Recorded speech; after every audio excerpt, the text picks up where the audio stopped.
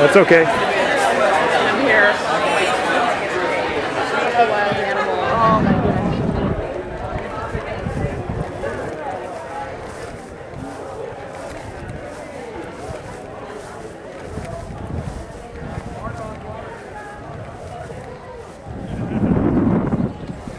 And the rocket. See, here's the, stand out here in the center for a second. Here's the countdown clock. There's the VAB.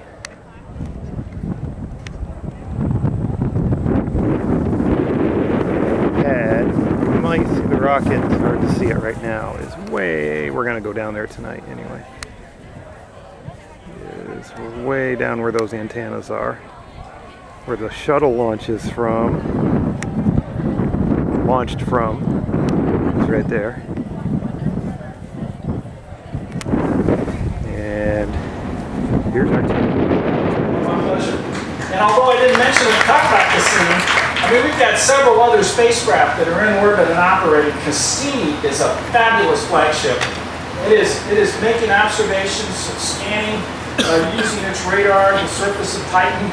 And as Trent said earlier, we have found lakes on Titan, lakes of methane and ethane, hundreds of them.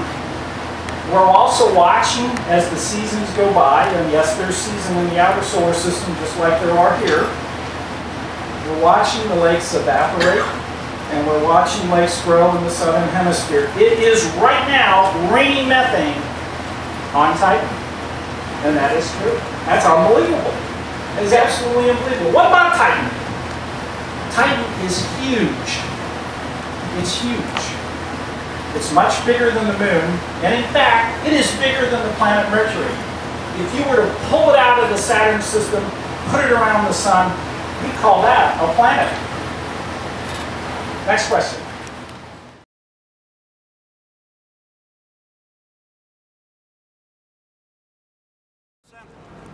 It's mainly a hallway that divides two large stacking bays on either side of the transfer aisle or the hallway we're standing in now. The building was originally built, as I said before, to stack a giant Saturn V Apollo space program that went to the moon. That particular block was 363 feet tall. The spacecraft, the Apollo spacecraft, will about okay? Wouldn't use the upper 10 or so floors for the shuttle program. But every mission has been launched out here, out of the Kennedy Space Center since 1968. No, go ahead. Started in here. All the components came together in this building. And some of them came in through the big door here behind you. Others came in from outside doors into the base and facility. And the shuttle itself came in the bay on the other end of the hallway or the transfer aisle. Right now you're standing in the low bay area of the building. That's because the ceiling's so close to your head. If you look up and see how close the ceiling into it. You think I'm joking? You wait till we get to the high bay area. Please stay together as a group. We got another group right behind us. Being prepared for transportation on top of the 747 in California. The part you see in the front looks like it's got cellophane on it. That's where the forward reaction control engine is that moves the shuttle around when it's in space. Okay?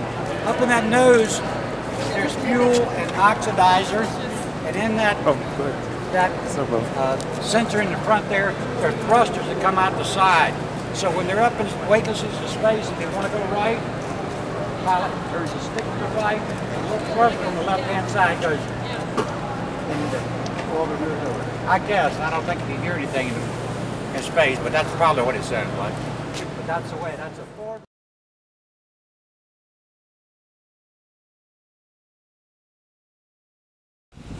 Greetings, this is Dave Dickinson here from AstroGuys.com, and we are down here at the launch pad as Mars Curiosity spent its last night here on Earth, and we're going to pan around real quick.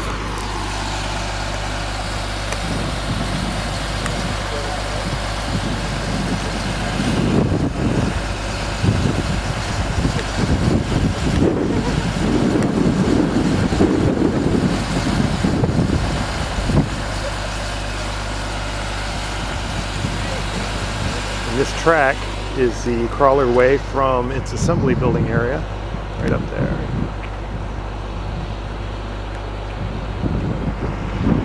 Not a bad day for a launch. It's Complete Vehicle Test Supervisor. We now call him the Launch Director. They changed the name, it was too long. But they always said the day that you're in that tank out there and you hear CVTS call you and say rescue leader, that's going to be the day you're going to have to earn your money, because we've got an emergency and you're going to have to go up and put your life on the line. So I used to sit there with my fingers crossed hoping I never heard that. Okay, I sit there, oh, please don't call, please don't call. And all of a sudden one day before dawn we're sitting out there and CVTS says rescue leader, and I almost fainted, but I answered the radio and I said, what? And he said, are all your people accounted for? I said, yeah, they're. And I said, yeah, they're here. He said, are you sure? And I said, why? He said, we think we see one outside. So I got out and I went looking for everybody. Well, we had all this protective clothing on, air packing like that. And this one fellow forgot to, his mother didn't tell him to go to the bathroom before we went out there. So he's over in the bushes going to the bathroom, and you practically have to get undressed to go to the bathroom. And he's in the bushes out there, and way back in the bushes they put this camera so they could get a picture of the center part, take it off, foliage all around, you know. A really artistic picture, and that's what they got. Greetings, Dave Dickinson here from AstroGuys.com from the MSL NASA tweet-up for MSL Curiosity launch. And after the first day, I'm very humbled with a lot of the tweet-up folks that I've met, and a lot of the breadth and depth of knowledge of the speakers, those working at NASA, the work they put in here, and the folks at the tweet-up themselves, the space tweeps themselves have been really impressed. I'm really humbled with a lot of the knowledge here. I don't know if I'll be at another tweet-up again if we decide to move out of Florida, but it's been a very impressive day.